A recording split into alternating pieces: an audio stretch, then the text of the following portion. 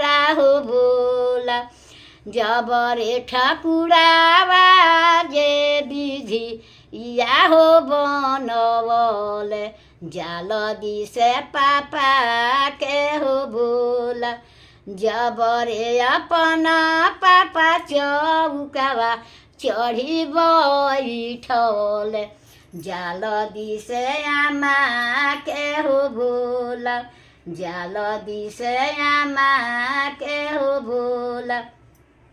जबरे अपना आमा चौकावा आई बैठली जाल दिसे लड़िका हो बोला जाल दिसे लड़िका हो बोला जबरे कमना दुला चौकावा चढ़ी बैठले जाल दिसे धियावा हो बोला जाल दिसे धियावा हो बोला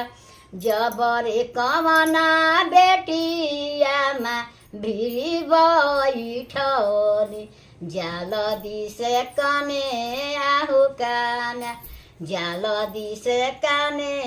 आहो बोला जबरे कवना पापा काने गाना हो कइले जाल दिसे